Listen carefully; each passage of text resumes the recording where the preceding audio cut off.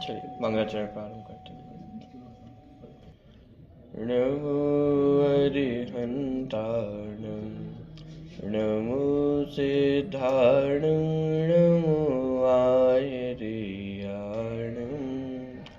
नमो वज्रायाणं, नमो लोये सवसाहुणम्।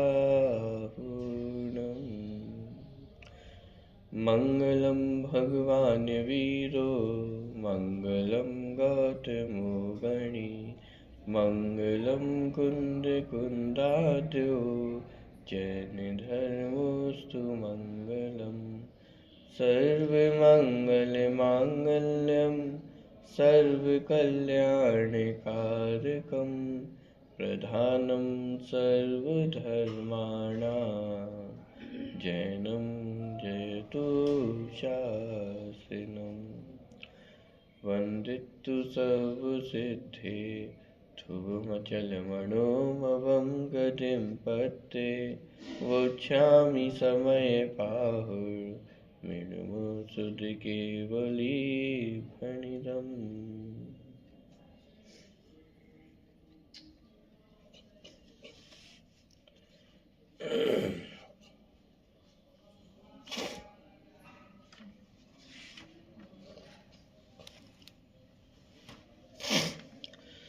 तीसरे कलश की चर्चा अपनी चल रही थी। चर्चा तो हालांकि पूरी हो गई थी। बनारसी राज जी का जो भावानुवाद है वो अपने को पढ़ना था। एक बार कलश का पाठ भी अपन यहाँ से करते हैं। पृष्ठ क्रमांक 241। कथमपि हि लभन्ते भेद विज्ञान मूला,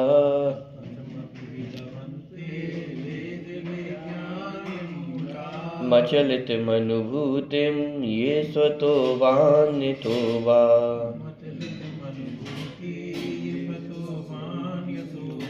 प्रतिफलन निमग्नानंत भाव स्वभावै,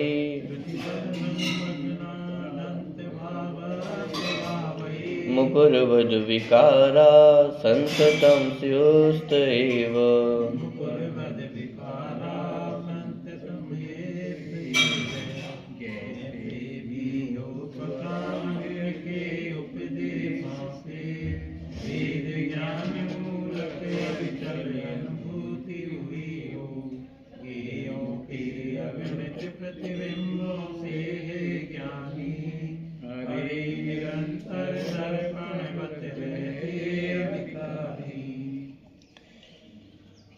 किसी भी प्रकार से भेद विज्ञान को प्राप्त करने की प्रेरणा यहाँ पे दी गई है, क्योंकि वह भेद विज्ञान ही आत्मानुभूति का मूलक है, कारण है, साधन है। और वह चाहे स्वतः हो या अन्य से हो, अर्थात या तो निसर्गज हो या अधिगमज हो, किसी भी प्रकार से हो, भेद विज्ञान को प्रकट करने की प्रेरणा यहाँ पे दी गई है।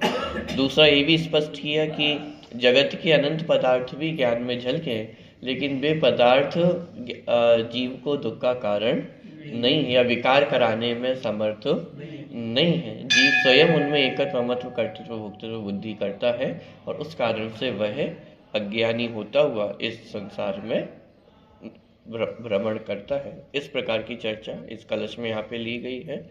दो बातों पे बल दिया गया है। एक तो भेद विज्ञान को प्रकट करने पे बल दिया गया है, क्योंकि वह भेद विज्ञानी अनुभूति का कारण है, मूल है। और दूसरा, पदार्थ कर्म नौकर्म ये ज्ञान में झलके, ये दुख का कारण नहीं है, विकार का कारण नहीं है। क्योंकि जैसे दर्पण में अग्नि झलकती है, तो दर्पण में जो कुछ है वो सब दर्पण का ही है, अग्नि का प्रवेश नहीं होता है। उसी तरह ज्ञान में भी जो कुछ झलक रहा है वह सब ज्ञान ही है, ज्ञान के अलावा उसमें और कुछ भी नहीं है। तो वह ज्ञान तो सतह अविकारी ही है, उसमें कभी भी विकार उत्पन्न नहीं होता है। जब जीव पर पदार्थ के साथ जुड़ान करता है, उनमें आसक्त होता है, तब जाकर के वह विकारी होता है और उसको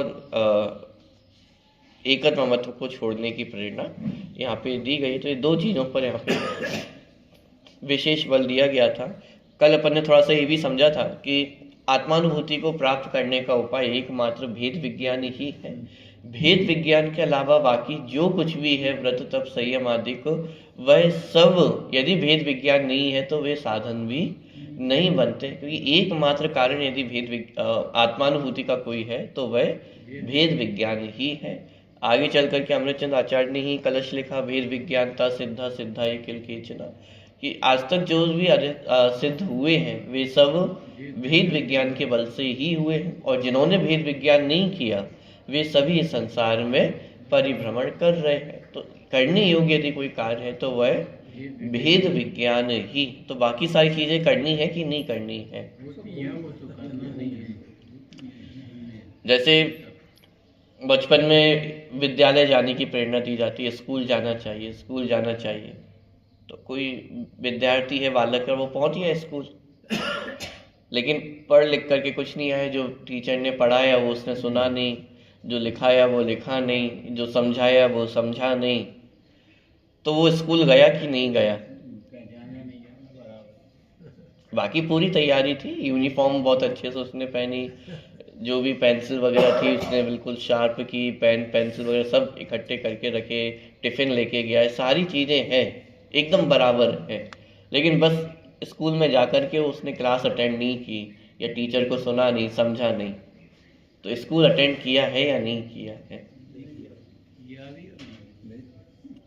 जाते हुए भी नहीं। स्कूल का उद्देश्य कि स्कूल पहुंच करके भी वास्तव में उसने स्कूल का प्रयोजन तो पूरा किया ही नहीं है। तो स्कूल जाना नहीं जाना तो ये बराबर ही हो गया। जैसे स्कूल में कुछ चपरासी भी होते हैं, वो भी स्कूल के अंदर ही तो है, और आप भी स्कूल के अंदर गए हो। तो स्कूल के अंदर जाने का मतलब ये था कि वहां जाकर के पढ़ना मुख्य था।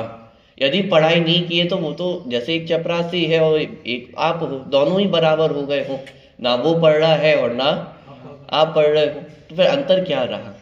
पॉइंट पकड़ में आ रहा?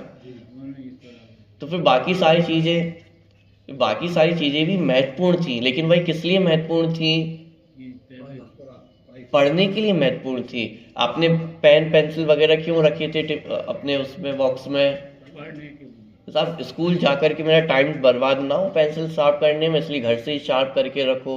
पेन बराबर देख करके रखो चल रहा है कि नहीं चल रहा है। अब क्लास में जाकर के पता चला अपन लिखने बैठे और वो काम ही ना करे तो क्या होगा? समय बर्बाद होगा। जिस कार्य के लिए मैं आया हूं उस कार्य में विघ्न उत्पन्न होगा। इसलिए पूर्व की जो तैयारी है वो आवश्यक है, लेकिन किसके लिए की जा रही है? भेद विज्ञान के लिए की जा रही है। वो सब माने वो स्कूल का समय हमारा खराब ना हो। ऐसे ही जितना हमारा व्रत तप संयम आदि है, मंदिर आना है, पूजा पाठ आदि है, वो क्यों है? किसकी तैयारी के लिए है? भेद विज्ञान की तैयारी। क्योंकि यदि इसमें हमारा समय नहीं लगेगा तो फिर हमारा समय अशुभ भावों में जाएगा, और अशुभ भावों से डायरेक्ट भेद विज्ञान नहीं होने वाला है। तो इसलिए हमारा समय बच सके उसके लिए सारी प्रक्रिया है। पॉइंट पकड़ में आ रहा?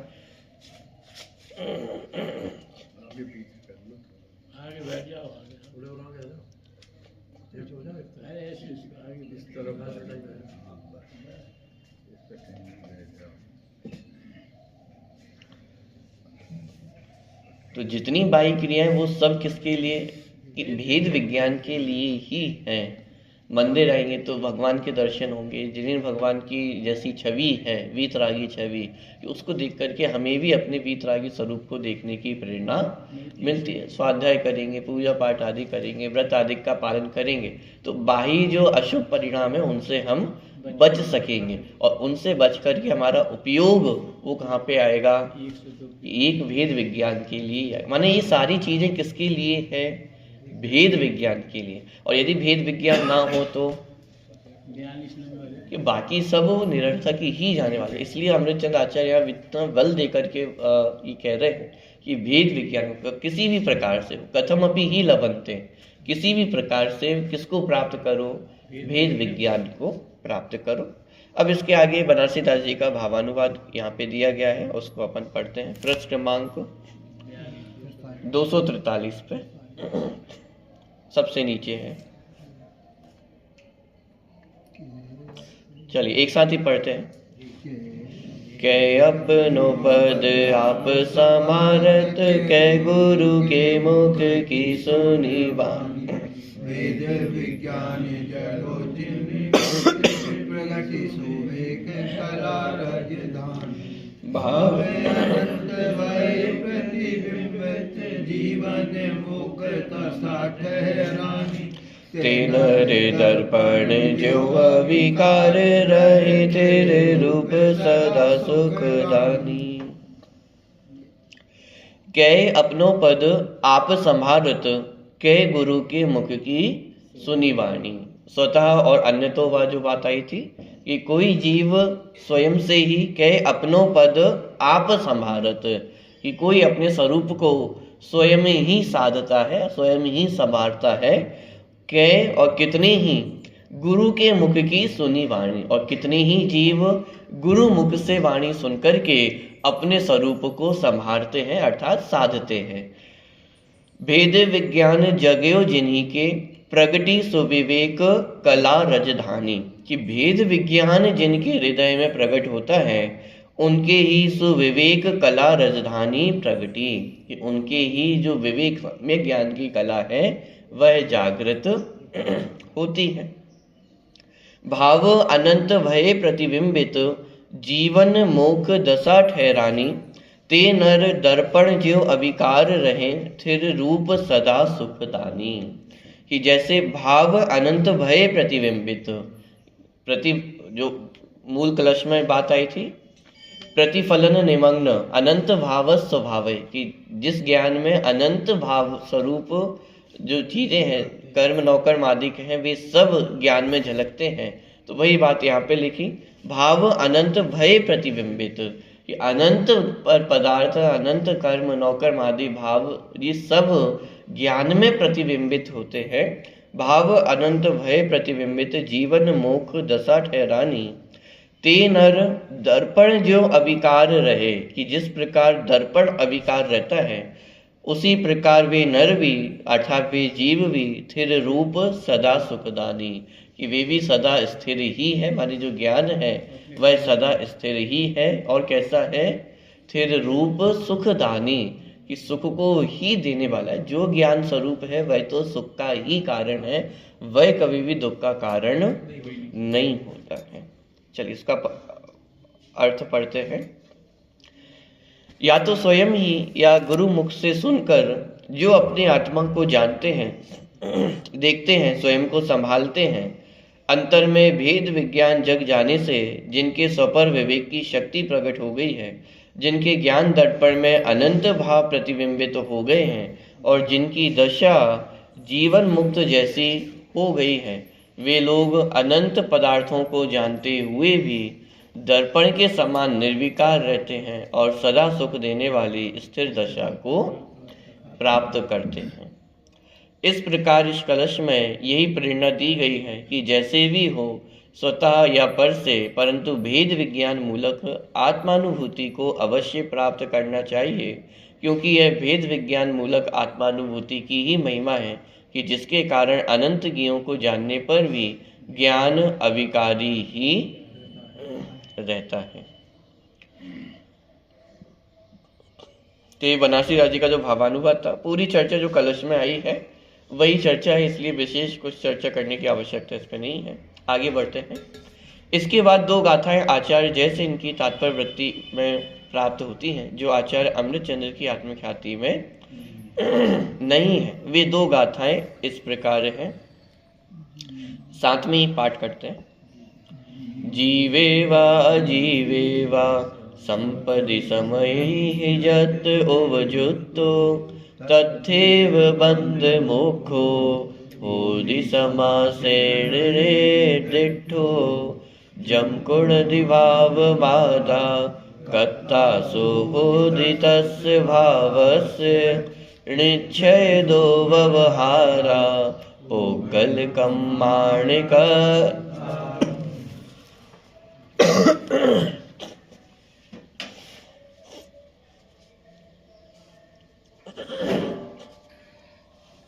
देखिए, जब जीव में उपयोग लगता है तो मोक्ष होता है और अजीव में उपयोग लगता है तो बंध होता है। बंध और मोक्ष की संक्षेप में यही प्रक्रिया है। इससे पहले की जो अपनी गाथाएं थी उसमें भी ये प्रश्न था कि अप्रतिबुद्ध कौन है अथवा क्यों ये जीव अप्रतिबुद्ध रहता है। तो पर द्रव्यों में अहम आदि बुद्धि करता है, इसलिए ये जीव अप्रतिबुद्ध रहता है। और प्रश्न क्रमांक 244, और वही चर्चा यहाँ पे भी है कि जब जीव का उपयोग जब जीव में उपयोग लगता है तो मोक्ष होता है, और अजीव में उपयोग लगता है, अजीव में उपयोग लगता है माने कर्म नौकर्म आदि में उपयोग लगता है, उपयोग लगना अर्थात उनमें एकत्व ममत्वादिक बुद्धि होना, उपयोग लगता है तो बंध होता है। बंध और मोक्ष की संक्षेप में यही प्रक्रिया है। निश्चय नय से आत्मा जिस भाव को करता है उसी भाव का कर्ता होता है, और व्यवहार नय से पुद्गल कर्म का कर्ता होता है। आचार्य अमृतचंद्र की टीका में तो ये गाथाएं हैं ही नहीं, आचार्य जयसेन ने भी इनका सामान्य अर्थ ही लिखा है, विशेष कुछ नहीं कहा है। उन्होंने इनके बारे में जो कुछ कहा है उसका सार इस प्रकार है। शुद्ध जीव में उपयोग तन्मय हुआ, उपादेय बुद्धि से परिणत हुआ तो मोक्ष होता है, और देहादिक अजीव में उपयोग तन्मय हुआ, उपादेय बुद्धि से परिणत हुआ तो बंध होता है। ऐसा संक्षेप में सर्व भगवान ने कहा है। इसीलिए सहजानंद स्वभावी निजात्मा में रति करना चाहिए और पर द्रव्य में रति नहीं करना चाहिए। यह आत्मा अशुद्ध निश्चय से अशुद्ध भावों का और शुद्ध निश्चय से शुद्ध भावों का करता है, तथा अनुपचरित असद्भुत व्यवहार नय से पौद्गलिक कर्मों का करता है। अतः संसार से भयभीत मुक्षियों के द्वारा राग आदि से रहित निज शुद्धात्मा की भावना करना चाहिए। सब कुछ मिलाकर के सार यह है कि देहादि पर पदार्थों से एकत्व ममत्व छोड़कर उनके कर्तृत्व से भी मुख मोड़कर निज शुद्धात्मा की आराधना करना ही श्रेयस्कर है। एक प्रकार से ऊपर की जो गाथा थी उसमें एकत्व ममत्व की चर्चा ली, और नीचे की जो गाथा है उसमें कर्तृत्व की चर्चा ली। तो ऊपर लिखा कि जीव को जीव में ही उपादेय बुद्धि रखनी चाहिए, पर द्रव्यों में उपादेय बुद्धि रखेगा तो बंध होता है, और बंध से संसार बढ़ता है। दूसरा यहाँ पे अपेक्षा स्पष्ट की कि आत्मा जीव को पर द्रव्य का कर्ता क्यों कहा जाता है, तो उसमें भी स्पष्ट किया कि जो आत्मा को जीव को पर द्रव्य का कर्ता कहा जाता है वह व्यवहार नय से कहा जाता है। निश्चय नय से तो आत्मा अपने स्वरूप का ही करता है, अन्य पर द्रव्य का कर्ता नहीं है। तो दोनों गाथाओं को मिलाकर के यदि देखें तो सार ये निकलता है कि जीव को पर द्रव्य में ना एकत्व ममत्व करना है और ना ही कर्तृत्व भोक्तृत्व करना है। कर्तृत्व भी जितना कहा जाता है वो सब व्यवहार नय से कहा जा रहा है। निश्चय नय से तो देखा जाए तो आत्मा पर द्रव्य का रंच मात्र भी करता नहीं है। इसीलिए जीव में ही उपादेय बुद्धि रखनी चाहिए, क्योंकि वह मोक्ष का कारण है, और यदि अजीव में उपादेय बुद्धि रखते तो वह बंध का कारण है, संसार का कारण है। दूसरी गाथा की प्रथम पंक्ति कर्ता कर्म अधिकार में 2 स्थानों पर हुबहू प्राप्त होती है। आत्मख्याति के अनुसार उनकी क्रम संख्या 91 और 126 है, और तात्पर्य वृत्ति के अनुसार उनकी संख्या 98 एवं 134 है। उक्त गाथा में जो विषय वस्तु है वह भी कर्ता कर्म भाव से संबंधित है, अतः इस पर विस्तृत मीमांसा कर्ता कर्म अधिकार में करना ही उचित प्रतीत होता है। आगामी गाथाओं की संधि भी 19वीं गाथा से ही मिलती है। चलिए, तो इस प्रकार ये जो अपनी चर्चा थी वो पूरी हुई है। अब यहाँ से 20 और 21 और 22 नंबर की जो गाथा है, एक साथ ही ये गाथाएं हैं, इनकी चर्चा अपन देखते हैं। 19वीं गाथा में ये कहा था कि जब तक यह आत्मा कर्म और नौकर्म में एकत्व ममत्व रखेगा तब तक अप्रतिबुद्ध रहेगा। प्रश्न किया गया था कि कब तक अप्रतिबुद्ध रहेगा, तो उसका समाधान आया कि जब तक यह जीव पर द्रव्य में कर्म नौकर्म में एकत्व ममत्व करेगा तब तक यह अप्रतिबुद्ध रहेगा, अज्ञानी रहेगा। अतः अब यह प्रश्न उपस्थित होता है कि हम कैसे पहचाने कि यह व्यक्ति अप्रतिबुद्ध है, अज्ञानी है। तात्पर्य यह है कि अज्ञानी की पहचान के चिन्ह क्या हैं। इसी प्रश्न के उत्तर स्वरूप आगामी 20 से 22 तक की गाथाएं लिखी गई हैं, जो इस प्रकार है। 19वीं गाथा का प्रश्न था कि यह जीव अप्रतिबुद्ध कब तक रहता है। अब यहाँ से 20, 21 और 22 गाथा में प्रश्न किया जा रहा है कि पहचान कैसे की जाए कि ये जीव अप्रतिबुद्ध है या नहीं है। और यहाँ यह जीव का अर्थ कोई दूसरा व्यक्ति नहीं लेना, पहचान किसी दूसरे की नहीं करना है कि ये अप्रतिबुद्ध है या प्रतिबुद्ध है। स्वयं की पहचान करनी है कि कैसे पहचाने कि मैं प्रतिबुद्ध हूँ या अप्रतिबुद्ध हूँ। तो अप्रतिबुद्ध की क्या चिन्ह है, क्या लक्षण है, उनकी चर्चा इन 3 गाथाओं में यहाँ से की जाएगी। गाथाओं का पाठ एक बार यहाँ से अपन करते हैं।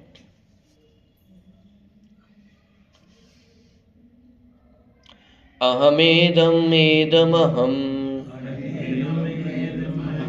अहमेदस्सं हि अति मम एदम् अर्णं जम्पर्दवम् सचित्ताचित्त में संवा आसिमम पूर्ववेदम् एदस्य अहं पियासि पूर्वं हि होहि पुणुममेदम् एदस्य अहं पिहोसामि एयं तु असभूदम् आद्वियपं करेदि सम्मूढो वूदतं जानन्तो न करेदि दूतम् असम्मूढो।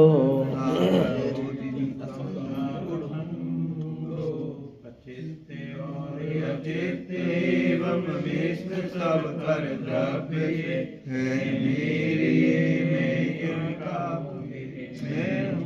मैं होंगे। हम थे सभी तेरा हमारे थे सभी गत काल में हम होंगे उनके हमारे ये अनागत काल में। ऐसी असंभव कल्पनाएं मूल जन नित्य ही करें भूतार्थ हार जन ऐसे विकल्प नहीं करें। मूल यदि इन गाथाओं का निष्कर्ष देखें तो पर द्रव्यों में एकत्व ममत्व बुद्धि जिसके है वह अप्रतिबुद्ध है और जिसकी एकत्व ममत्व बुद्धि नहीं है वह प्रतिबुद्ध है। अब जिसको पर द्रव्य में अहम बुद्धि होती है, ममत्व बुद्धि होती है, तो कब कब होती है, किस किस प्रकार की होती है, उसका वर्णन इसमें किया। दूसरा, किन पदार्थों में होती है। दो प्रकार के पदार्थों की चर्चा यहाँ पे ली है, सचित्त और अचित्त। सचित्त माने जो प्राण सहित हैं जीव, और अचित्त माने जो प्राण रहित हैं। तो जैसे घर परिवार आदि के, तो ये सब सचित्त वस्तुएं हैं, और बाकी की जो जितनी पुद्गल द्रव्य है वे सब अचित्त पदार्थ हैं, और उनमें जीव अहम और ममत्व बुद्धि करता है, इसलिए वह उसके अज्ञानता के चिन्ह है। इस प्रकार की चर्चा इन 3 गाथाओं में ली गई है। अर्थ देखते हैं। अहम इदम एदम अहम। अहम इदम अर्थात यह मेरे हैं और मैं इनका हूँ। अहम इदम अस्मि अथि मम एदम अर्णम जम परदव्वम सचित्त अचित्त मिस्संवा। सचित्त और अचित्त ये 2 प्रकार के पदार्थों को यहाँ पे लिया गया है। ये 2 प्रकार के पदार्थ मेरे हैं, मैं उनका हूँ, या ये मैं हूँ या वह मैं हूँ। या तो जीव को शरीर मानना या शरीर को जीव मानना। आसक्ति तो शरीर में ही की, या तो जीव को ही मैं शरीर मान रहा हूँ या शरीर को ही जीव मान रहा हूँ। तो बात दोनों ही जगह एक ही है कि शरीर में ही जीव की आसक्ति है, और अथवा शरीर मेरा है या मैं शरीर का हूँ। तो दोनों में ही आसक्ति वो किसमें है, पर द्रव्य में ही है। इसी तरह जैसे कुछ सचित्त पदार्थ हैं और कुछ अचित्त पदार्थ हैं, जितने घर परिवार आदि रिश्ते नातेदार हैं वे सब सचित्त पदार्थ की कैटेगरी में आएंगे कि ये सब किसके हैं, मेरे हैं। और अचित्त पदार्थ में जितने पुद्गल द्रव्य आदि के हैं वे सब अचित्त पदार्थों के अंतर्गत आएंगे। रुपए पैसे आदि हैं, घर परिवार है, घर है और गाड़ी बंगला आदि जो कुछ भी है, तो वो सब अचित्त पदार्थों के अंतर्गत आएंगे। सचित्त और अचित्त एवं मिश्र सब परद्रव्य। ये मिश्र में कौन आएगा, दोनों चीज़ों से मिलजुल करके जो चीज़ें बनी हुई, जैसे ये शरीर है तो शरीर में जीव भी है और पुद्गल भी है, और दोनों की मिश्रित दशा ये है। देखिए, सचित और अचित एवं मिश्र ये सब परद्रव्य ये है मेरे या मैं इनका हूँ, ये मैं हूँ या मैं हूँ, ये बेही, ये सभी प्रकार की जो मान्यता है ये सब कैसी है? अज्ञानता है। अब ये मात्र वर्तमान काल तक ही सीमित नहीं है। हम थे सभी के या हमारे थे सभी गतकाल में। अब भूतकाल की चर्चा भी कि ये सब मेरे थे या मैं भी इन सब का था, तो ये भूतकाल की चर्चा हुई कि भूतकाल में भी ये सारी चीजें किसकी थी? मेरी थी या मैं इन सब का था। तो हम थे सभी के या हमारे थे सभी गतकाल में, हम होएंगे उनके हमारे वे अनागत काल में। भूतकाल में था, वर्तमान में हूँ और भविष्य काल में कि ये वस्तुएं मेरी रहेंगी या मैं इनका रहूंगा। ऐसी असंभव कल्पनाएं मूढ़ जन नित्य ही करें।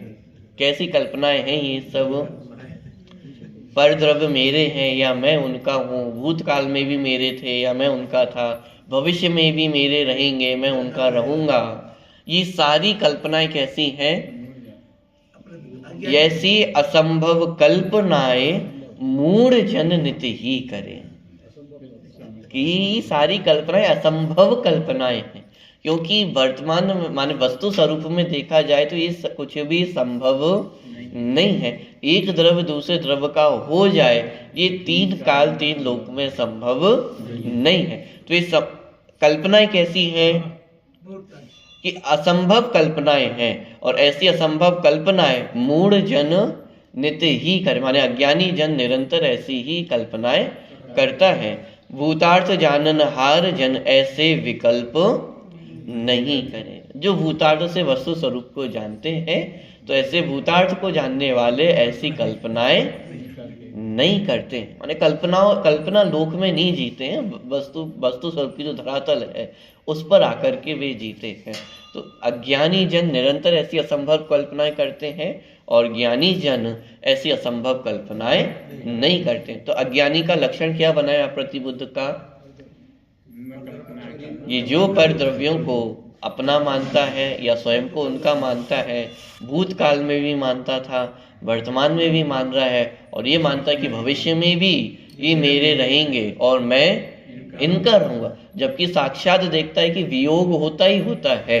भूतकाल में भी किसी का संयोग नहीं टेका, वर्तमान में भी निरंतर वियोग दिखता ही है, और उससे निर्णय हो जाता है कि भविष्य में भी सबका वियोग टिकने वाला नहीं है। लेकिन फिर भी ये विचार करता है कि मेरा तो टिक जाएगा, कि मैं कुछ ऐसा अलग कर लूंगा कि ये सारी चीजें मेरे साथ हमेशा रहने वाली हैं।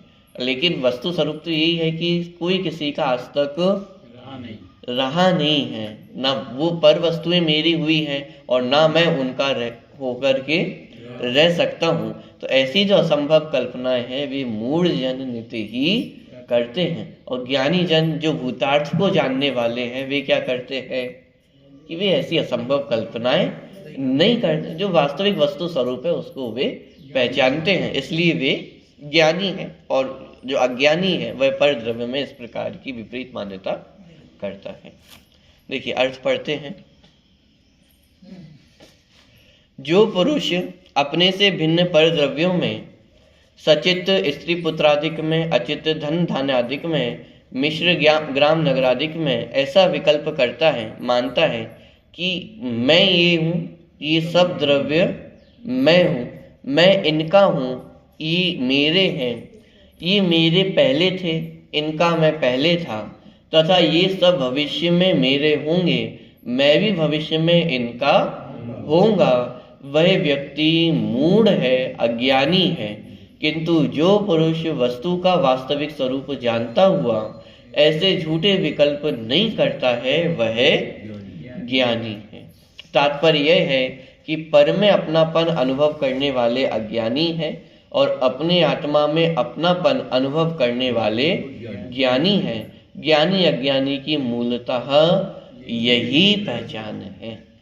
जो 19वीं गाथा में बात ली थी कि यह जीव अप्रतिबुद्ध कब तक रहेगा, कि जब तक कर्म नौ कर्म को अपना मानेगा, उनमें अहम एकत्व बुद्धि करेगा, तब तक वह अप्रतिबुद्ध रहेगा। और जब ये प्रश्न किया गया कि अज्ञानी का लक्षण क्या है, तो लक्षण भी उसका यही है, उसको कैसे पहचाने कि अज्ञानी है या नहीं है, कि यदि परद्रव्य में आसक्त है तो अज्ञानी, और परद्रव्य में आसक्त नहीं है तो अज्ञानी नहीं है। यही अज्ञानी की पहचान, ज्ञानी और अज्ञानी की पहचान है। आचार्य अमृतचंद्र इस बात को अग्नि और ईंधन का उदाहरण देकर आत्मख्याति में इस प्रकार समझाते हैं। देखिए, जिस प्रकार कोई पुरुष ईंधन और अग्नि को मिला हुआ देखकर ऐसा झूठा विकल्प करे कि जो अग्नि है वही ईंधन है और जो ईंधन है वही अग्नि है, अग्नि का ईंधन है और ईंधन की अग्नि है, अग्नि का ईंधन पहले था और ईंधन की अग्नि पहले थी, अग्नि का ईंधन भविष्य में होगा और ईंधन की अग्नि भविष्य में होगी, तो वह अज्ञानी है, क्योंकि इस प्रकार के विकल्पों से अज्ञानी पहचाना जाता है। इसी प्रकार परद्रव्यों में मैं ये परद्रव्य हूँ, ये परद्रव्य मुझ रूप है, ये परद्रव्य मेरे हैं, मैं इन परद्रव्यों का हूँ, ये पहले मेरे थे, मैं पहले इनका था, ये भविष्य में मेरे होंगे और मैं भी भविष्य में इनका होऊंगा। इस प्रकार के झूठे विकल्पों से अप्रतिबुद्ध अज्ञानी पहचाना जाता है। अग्नि है वह ईंधन नहीं है और ईंधन है वह अग्नि नहीं है, अग्नि है वह अग्नि ही है और ईंधन है वह ईंधन ही है। अग्नि का ईंधन नहीं है और ईंधन की अग्नि नहीं है, अग्नि की अग्नि है और ईंधन का ईंधन है। अग्नि का ईंधन पहले नहीं था, ईंधन की अग्नि पहले नहीं थी, अग्नि की अग्नि पहले थी, ईंधन का ईंधन पहले था। अग्नि का ईंधन भविष्य में नहीं होगा और ईंधन की अग्नि भविष्य में नहीं होगी, अग्नि की अग्नि ही भविष्य में होगी और ईंधन का ईंधन ही भविष्य में होगा। अभी क्या अग्नि ईंधन चल रहा है। कुल मिलाकर के बात इतनी है कि एकत्व महत्व की चर्चा यहाँ पे की जा रही है कि जैसे शरीर और जीव है, तो शरीर जीव नहीं था, जीव शरीर नहीं था, भूतकाल में भी जीव शरीर नहीं था, शरीर जीव नहीं था, भविष्य में भी जीव शरीर नहीं होगा और शरीर जीव नहीं होगा। ये हुई बात एकत्व की। अब ऐसे ही ममत्व की बात करें, जीव शरीर का नहीं था, शरीर जीव का नहीं था, ये भूतकाल में। वर्तमान में भी शरीर जीव का नहीं है, जीव भी शरीर का, भविष्य काल में जीव शरीर का नहीं होगा और शरीर भी जीव का नहीं होगा। तो ये एकत्व को भी भूतकाल में घटित किया, ममत्व को भी भूतकाल में घटित किया, वर्तमान में भी घटित किया और भविष्य में भी घटित किया।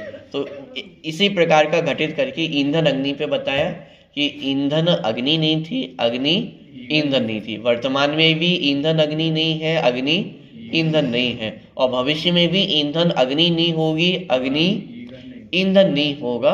दोनों ही कैसे हैं?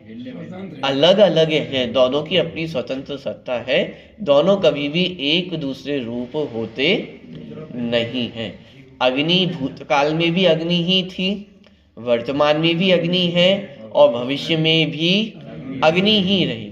ईंधन भी भूतकाल में भी ईंधन ही था, वर्तमान में भी ईंधन है और भविष्य में भी ईंधन ही रहेगा। तो ईंधन अग्नि रूप नहीं होती, अग्नि ईंधन रूप नहीं होती। तो ये पूरा पैराग्राफ में इसी बात को स्पष्ट किया गया है और इस बात को स्पष्ट करके फिर जीव और अजीव पे घटित किया कि जीव परद्रव्य रूप नहीं होता और परद्रव्य जीव रूप नहीं होते हैं।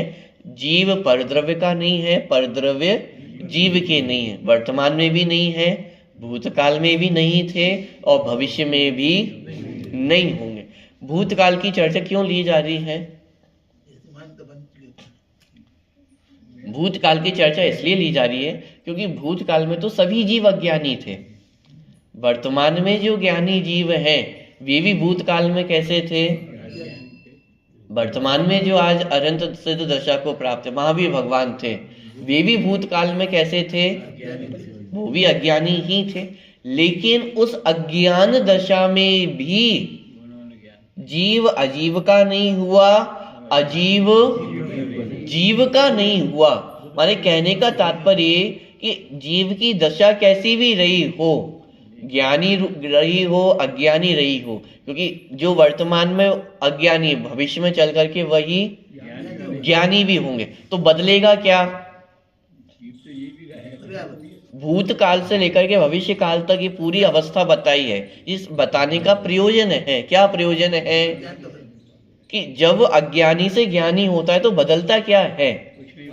बाहर में कुछ भी नहीं बदला है, क्योंकि जब अज्ञानी था तब भी जीव जीव ही था और अजीव अजीव ही था। जीव अजीव नहीं हुआ था, अजीव जीव नहीं हुआ था। और जब वही अज्ञानी आज जीव हो गया है, भविष्य में ज्ञानी होगा, तो बदला क्या है? भविष्य में भी जीव जीव ही है और अजीव अजीव ही है। तो फिर बदला क्या है? अनादि से आज तक चले आ रहे थे, तत्काल जाना तो समझ शुरू हो गया। ये बदली मान्यता है कि अभी तक जीव और अजीव तो जीव और अजीव ही थे, लेकिन अज्ञान दशा में जीव को अजीव मान रहा था, अजीव को जीव मान रहा था, जीव का अजीव मान रहा था, अजीव का जीव मान रहा था। तो ये जो मान्यता थी, अज्ञानता थी, मात्र ये बदली है। बाहर में यदि देखा जाए तो कुछ भी नहीं बदला है, क्योंकि जीव तो जीव ही था, अनादि काल से जीव है और अनंत काल तक निगोद में भी जीव था और सिद्धालय में भी जीव ही रहेगा। और जिस समय निगोद में था उस समय शरीर और आत्मा एक हो गए थे क्या? निगोद दशा में भी शरीर और आत्मा ये दोनों तो अलग अलग ही थे। मिथ्यात्व दशा में भी शरीर और आत्मा एक नहीं हो जाते हैं, वो उस समय भी अलग ही रहते हैं। तो मिथ्यात्व किस कारण है? ये हो जाते मिथ्यात्व किस कारण था? शरीर है इसलिए मिथ्यात्व नहीं है, शरीर में एकत्व ममत्व है इसलिए मिथ्यात्व है। शरीर तो अरहत भगवान को भी, मुनिराजों को भी है, सम्यक दृष्टियों को भी है, लेकिन वहां मिथ्यात्व नहीं है। तो मिथ्यात्व का कारण शरीर नहीं है, शरीर में एकत्व ममत्व बुद्धि है। तो इन तीन गाथाओं के माध्यम से स्पष्ट किया जा रहा है कि जो बाहर की परिस्थितियां हैं वो तो तीनों कालों में एक जैसी है। भूतकाल में भी जीव जीव ही था, वर्तमान में भी जीव जीव ही है, अजीव रूप नहीं हुआ, और भविष्य में भी अनंत काल तक जीव जीव ही रहेगा, अजीव नहीं होगा। फिर अज्ञानी की पहचान क्या है? कि मानता है संबंध मान लिया है कि ये जीव मेरा है, ये शरीर मेरा है, अजीव मेरे हैं या मैं अजीव हूँ। इस प्रकार की जो मान्यता है ये अज्ञानी का लक्षण है। और ज्ञानी का लक्षण, अब देखो, ज्ञानी का लक्षण ये नहीं कहा कि वह जीव और शरीर को अलग अलग कर देता है, क्योंकि यदि ये ज्ञानी का लक्षण हो तो फिर मात्र सिद्ध भगवान ही ज्ञानी होंगे, बाकी सब अज्ञानी होंगे। लेकिन अरहंत भगवान भी होंगे, अज्ञानी रहेंगे, सिद्ध भगवान भी कैसे? सिद्ध भगवान भी जब हुए ना, अज्ञानी हुए, हाँ, सिद्ध भगवान तो मात्र अरहंत भगवान भी चूंकि शरीर है तो फिर उन्हें भी ज्ञानी नहीं माना जा सकेगा, और उसके नीचे तो शरीर है ही। तो ज्ञानी का लक्षण ये नहीं कहा कि जो जीव और शरीर को अलग अलग कर देता है। ज्ञानी का लक्षण कि जीव और शरीर को अलग अलग जानता है, मानता है और वैसा अनुचरण करता है। पॉइंट पकड़ में आ रहा है? तो ये ज्ञानी और अज्ञानी का लक्षण। अज्ञानी, अनंत अज्ञानी मिलकर के भी जीव और शरीर को एक नहीं कर सकते हैं। हाँ, जितने अज्ञानी हैं वे जीव और शरीर को एक मानते हैं, और इसलिए यहाँ पे लिखा ऐसी असंभव कल्पनाएं, कि कल्पनाएं कैसी है? असंभव कल्पनाएं हैं, और ये अज्ञानी निरंतर करते ही हैं। अनेकों प्रकार की कल्पनाएं हैं, मैं कुछ कर सकता हूँ, ये सब मेरे हैं, मैं इनको रोक सकता हूँ, मैं अमर हो सकता हूँ। अमर हो सकता हूँ माने जीव तो अनादि काल से अमर है ही, लेकिन ये जीव और पुद्गल का जो संयोग है, शरीर का संयोग है, इस संयोग को मैं अमर रख सकता हूँ, अनंत काल तक रख सकता हूँ, ये अज्ञानता है।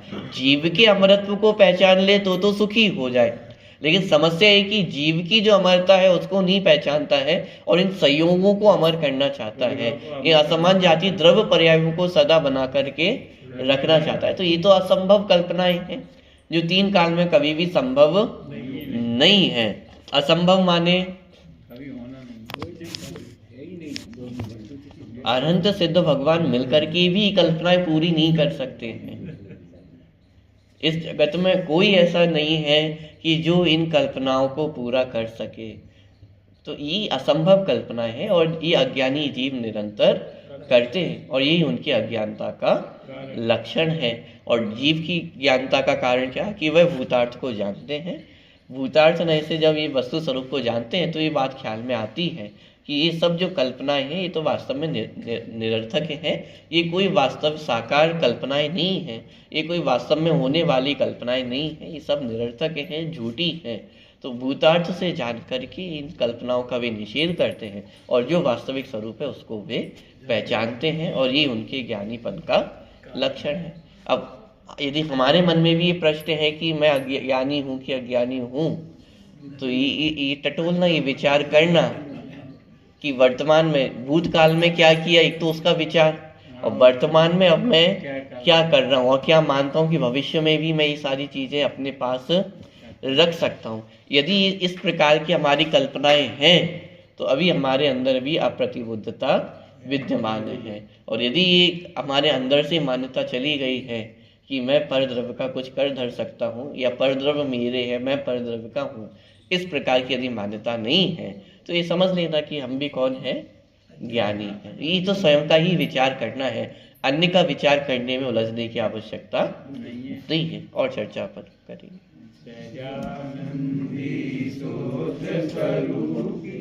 अविनाशी में आत्मस्वरूप, सहजानंदी सोच स्वरूपी, अविनाशी में आत्मस्वरूप, सहजानंदी सोच स्वरूपी, अविनाशी में आत्मस्वरूप। स्तुति नंबर 18, पेज नंबर 26, स्तुति नंबर 18।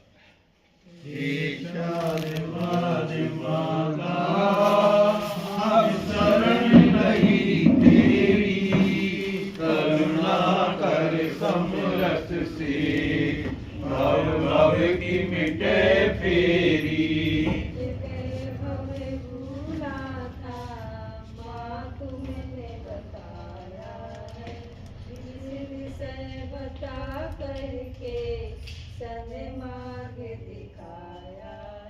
मार्ग चलूं मैं माँ, ओ स्वानुभूति तेरी, करुणा कर समरस से, भव भव की मिटे फेरी।